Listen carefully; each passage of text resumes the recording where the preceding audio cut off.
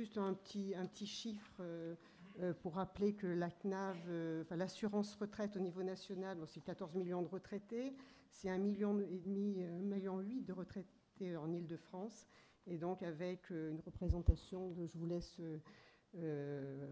réfléchir sur l'impact que cela peut avoir sur tous les départements d'Île-de-France. Alors l'importance de notre action, elle s'explique par les types de publics qu'on veut cibler à partir de l'âge de la retraite. Bon, ce sont effectivement les jeunes retraités autour du passage à la retraite. Et ça, bien sûr, il y a un petit lien avec le cœur de métier de la CNAV, puisque par nature, nous savons quand les personnes partent en retraite et nous pouvons donc les repérer assez rapidement.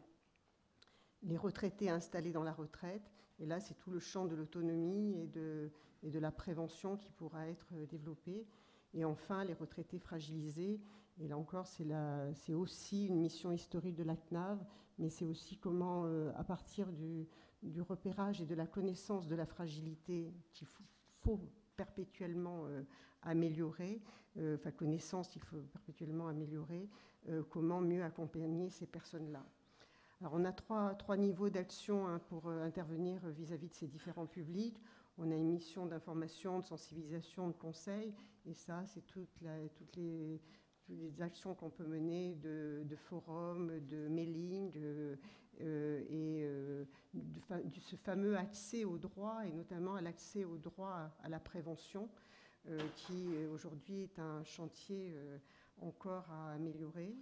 On a le champ des actions collectives de prévention, et c'est celui dont on parlera aussi aujourd'hui, et c'est tout à l'heure avec le PRIF, puisque la CNAV, avec la MSA et puis l'ex-RSI, donc les caisses de retraite de base, ont mis en place un groupement de prévention Île-de-France, le PRIF, dont l'activité principale est de développer des ateliers de prévention.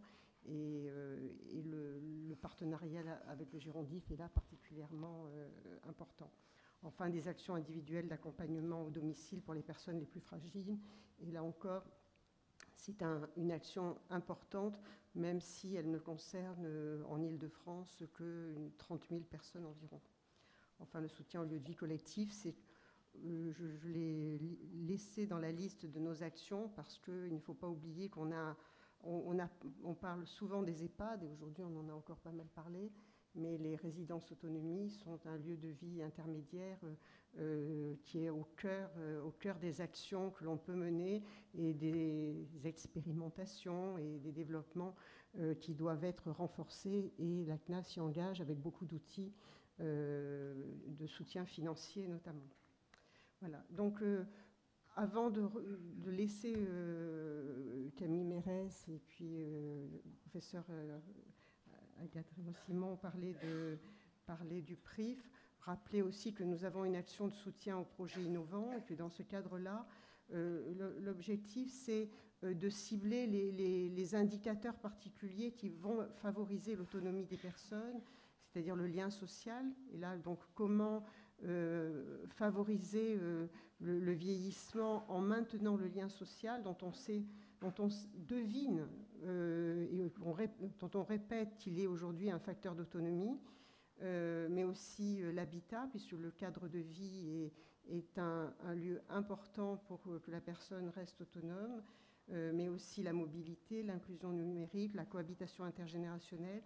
Ce sont des différentes réponses pour lesquelles on souhaite favoriser l'émergence et le repérage de projets que l'on va pouvoir accompagner.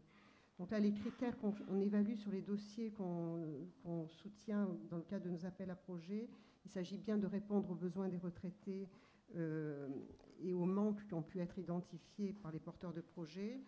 On souhaite vraiment favoriser le partenariat et à l'instar du Gérondif, on voit bien que c'est parce que plusieurs acteurs pluridisciplinaires se mettent autour de la table que les projets vivent mieux.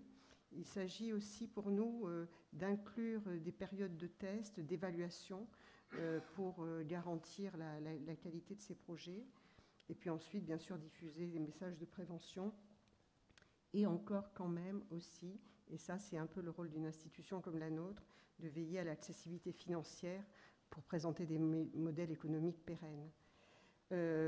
Donc là, rapidement, en 2018, on a lancé quand même 4 vagues d'appels à projets, donc 2 sur le bien vieillir, un avec l'ARS sur l'aide aux aidants, et également un appel à projet sur l'inclusion numérique des retraités, dont l'objectif est donc bien de contribuer à l'autonomie et à l'inclusion numérique des retraités. On a lancé, donc on fait un petit zoom sur cette action qui est la dernière qu'on a pu mener et qui nous paraît aussi utile dans le développement de la prévention. Donc le lancement de ce réseau d'inclusion numérique a été un appel à projet pour lequel nous avons eu le soutien de 4 conférences de financeurs. Nous avons identifié 20 structures franciliennes qui vont organiser des ateliers, qui ont commencé à lancer des ateliers depuis le mois de septembre. On a un objectif collectif, alors on a même un chiffre très précis, je ne suis pas sûre qu'à la fin ce soit exactement celui-là. Enfin, en principe, c'est 8 797. On s'autorisera à en avoir 9 000 si c'est possible, ou 10 000, on sera content. Ce réseau est animé par We Take Care. Et donc l'objectif principal est bien de développer l'autonomie numérique des retraités, qui se traduit dans les ateliers à travers des démarches d'accès aux droits et de prévention. Bien sûr, et on évoquait ça tout à l'heure avec Madame Fouche, c'est vrai qu'on sait bien qu'on ne va pas faire venir ces retraités à ces ateliers-là en leur disant « venez vite faire de l'accès aux droits ». Forcément, il faut rendre ces ateliers attractifs, il faut qu'ils aient envie de faire plusieurs choses avec le numérique. Skype, par exemple, pour parler avec les petits-enfants. Mais il est important pour nous d'utiliser ce vecteur-là pour favoriser, développer des actions de prévention. Et je pense notamment au petit film qu'on a vu ce matin, petit n'étant pas péjoratif, attention.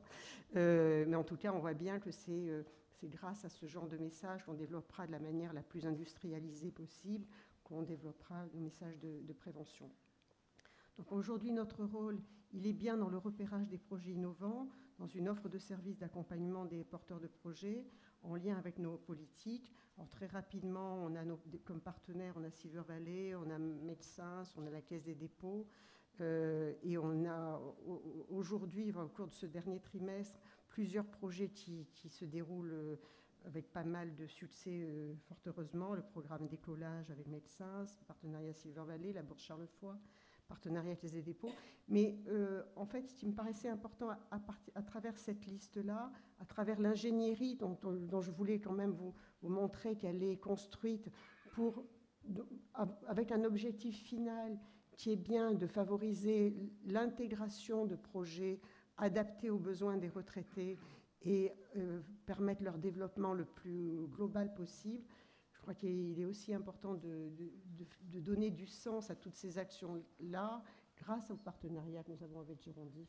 Parce que pour que toutes ces actions marchent, pour que tous ces projets marchent, il faut qu'il y ait des évaluations régulières. Et c'est là-dessus que notre partenariat est très important. Les évaluations de nos actions doivent être objectives, elles doivent être prouvées. Et on l'a vu très clairement, et on le verra à travers les résultats que nous allons avoir tout à l'heure.